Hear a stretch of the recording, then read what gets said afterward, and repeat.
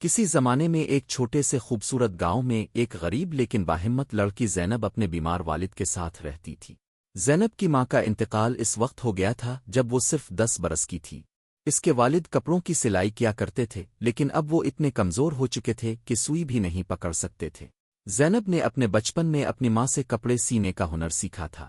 جب اس کے والد بیمار ہوئے تو زینب نے خود سلائی مشین سنبھالی۔ اس نے اپنے چھوٹے سے کمرے کو ایک چھوٹی سی دکان بنا دیا۔ دکان کیا تھی؟ بس ایک پرانی میز، ایک سلائی مشین اور کچھ دھاگے، لیکن زینب کے خواب بڑے تھے۔ زینب کی سلائی میں ایک خاص بات تھی، وہ صرف کپڑے نہیں سیتی تھی، وہ جذبات سیتی تھی۔ جو بھی اس کے ہاتھ سے سلا ہوا لباس پہنتا خود کو خاص محسوس کرتا۔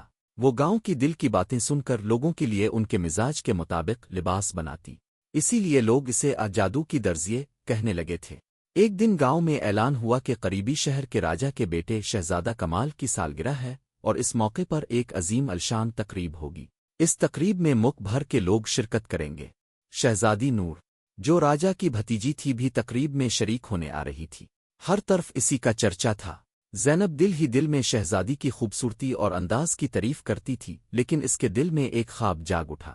وہ چاہتی تھی کہ وہ شہزادی نور کے لیے ایک ایسا لباس تیار کرے جو اس کی شخصیت کو اور نکھار دے، جو صرف ظاہری خوبصورتی نہیں بلکہ اندر کی روشنی کو بھی ظاہر کرے۔ لیکن ایک عام سی غریب لڑکی کے پاس شہزادی تک پہنچنے کا کوئی ذریعہ نہ تھا۔ زینب نے ہمت نہ ہاری۔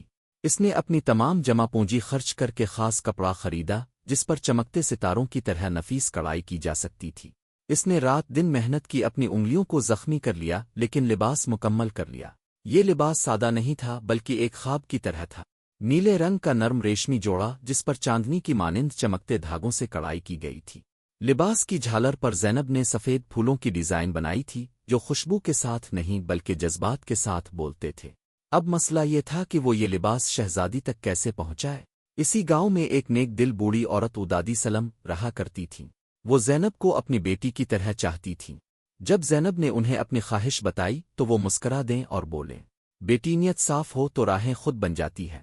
شہزادی کل صبح قریبی ندی پر سیر کے لیے آئے گی، تم وہاں جا کر یہ تحفہ دے سکتی ہو۔ اگلی صبح زینب خوبصورت انداز میں تیار ہو کر سادہ مگر باوقار لباس پہن کر ندی کے کنارے پہنچی۔ کچھ دیر بعد واقعی شہزادی نور وہاں آ گئی۔ اس کے ساتھ 2 نوکرانیاں تھیں۔ زینب نے ہمت کر کے آگے بڑھ کر شہزادی سے بات کی اور عرض کیا، شہزادی عالیہ، یہ میری طرف سے ایک چھوٹا سا تحفہ ہے، اگر آپ قبول فرمائیں۔ شہزادی نے پہلے حیرانی سے دیکھا، پھر نرمی سے مسکرا کر تحفہ قبول کیا۔ جب شہزادی نے لباس کھولا تو اس کی آنکھوں میں حیرت اور خوشی جھلکنے لگی۔ وہ خاموش رہی مگر اس کے چہرے کے تاثرات سب کچھ کہہ رہے تھے۔ اگلے دن شاہی محل سے زینب کے پاس ایک قاصد آیا۔ وہ اسے محل لے جانے آیا تھا۔ زینب کانپتی ہوئی محل پہنچی۔ وہاں شہزادی نور اس کا انتظار کر رہی تھی۔ شہزادی نے محبت سے کہا، زینب، تم نے جو لباس بنایا وہ کسی بھی شاہی درزی سے بہتر ہے۔ تمہارا فن خاص ہے، کیا تم میرے لیے خصوصی درزیے بننا چاہو گی؟ زینب کی آنکھوں سے آنسو نکل آئے۔ یہ خواب تھا حقیقت، وہ صرف سر ہلا سکی۔ شہزادی نے آگے بڑھ کر زینب کا ہاتھ تھاما اور کہا، آج سے تم میرے ساتھ محل میں رہو گی اور ہر خاص موقع پر تم ہی میرے کپڑے تیار کرو گی۔ اس دن سے زینب کی زندگی بدل گئی۔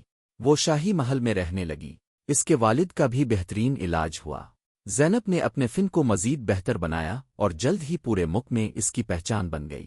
لوگ دور دور سے اس سے لباس سلواتے، لیکن زینب نے غرور کو کبھی قریب نہ آنے دیا۔ وہ ہر لباس میں وہی محبت، وہی جذبہ سیتی جیسے گاؤں میں سیا کرتی تھی۔ کئی برس گزر گئے۔ ایک دن شہزادی نور کی شادی کا اعلان ہوا۔ پورے ملک میں خوشیاں منائی گئیں۔ شہزادی نے خاص طور پر زینب سے اپنی شادی کے لیے لباس تیار کروایا۔ زینب نے کئی مہینے محنت کی اور ایسا لباس تیار کیا جو صرف ایک شہزادی کے لیے نہیں بلکہ ایک نیک دل، محبت کرنے والی عورت کے لیے تھا۔ شادی کے دن شہزادی نے جب وہ لباس پہنا تو ہر آنکھ اس کی طرف اٹھ گئی۔ سب نے پوچھا، یہ لباس کس نے بنایا؟ شہزادی نے فخر سے کہا، یہ میری دوست، میری درزیے زینب کا کمال ہے۔ اس دن کے بعد زینب کا نام صرف ایک درزیے کے طور پر نہیں بلکہ ایک آرٹسٹ کے طور پر لیا جانے لگا۔ اس نے ایک اسکول کھولا جہاں غریب لڑکیوں کو مفت میں کپڑے سینے کا ہنر سکھایا جانے لگا۔ وہ کہتی، ہم سب کے خواب قیمتی ہوتے ہیں، بس کسی کو چاہیے کہ وہ ان خوابوں کو سیتا رہے۔